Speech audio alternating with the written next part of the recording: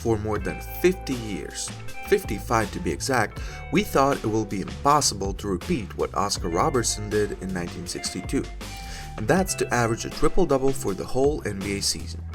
Some had come close, but nobody did it until Russell Westbrook made the history books and averaged a triple-double during the 2016-17 season.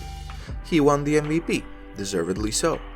It was such an accomplishment. For more than half a century, nobody could do it, and then he did it again and again, and last season he averaged a triple-double for the 4th season of his career. Yet somehow, for the last few years, it seems like nobody really wants him. Like, he switched 4 teams in the last 3 years, and it seems like the Lakers could be one of those teams who wants to move on from Westbrook as well. But why? A player who has averaged triple-doubles in 4 seasons, averages 23, 8, and 7 for his career, is a 9-time NBA All-Star, a future Hall of Famer, and on the NBA 75th anniversary team at just 33 years old is suddenly unwanted.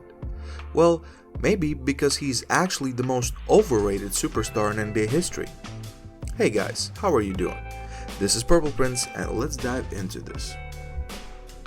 So for his whole career, Russell Westbrook has been a great player.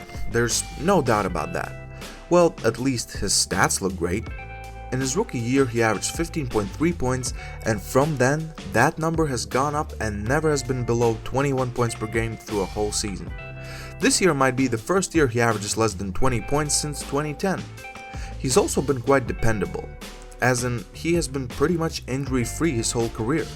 The only exception was the 2013-14 season when he missed almost half a season because of right knee surgery, but other than that, you can count on him playing.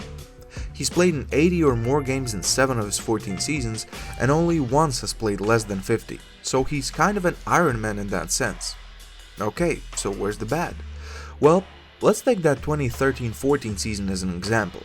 He missed 36 regular season games, and without him on the court, the OKC Thunder went 25-11 and at one point was even on a 10-game winning streak, all without Westbrook. Sure, they had Kevin Durant back there and Serge Ibaka in his prime, but still.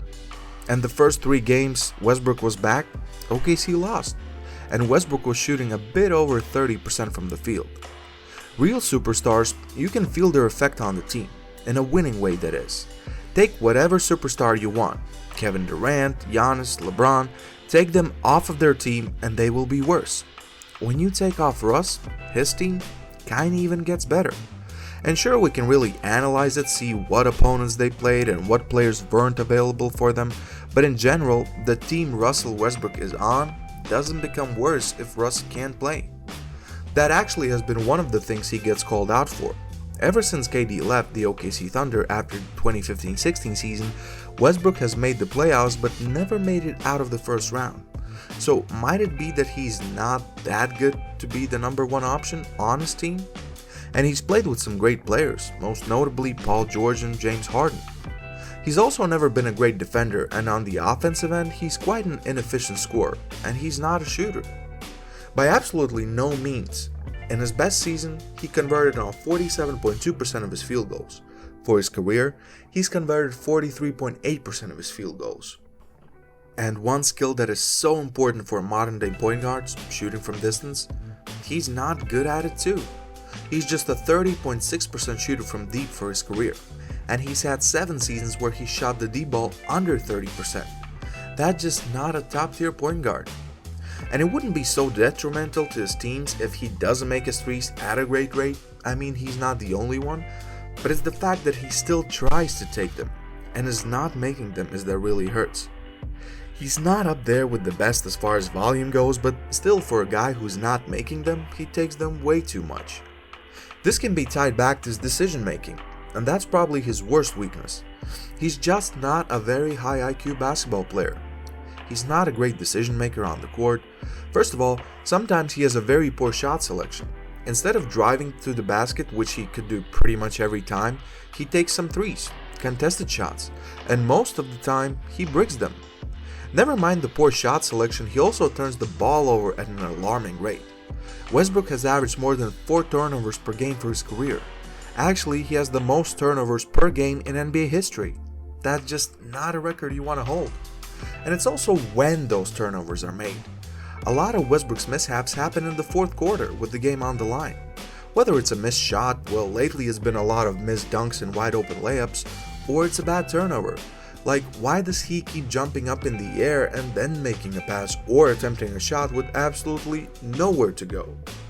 That's a question only he can answer. Or he just doesn't care.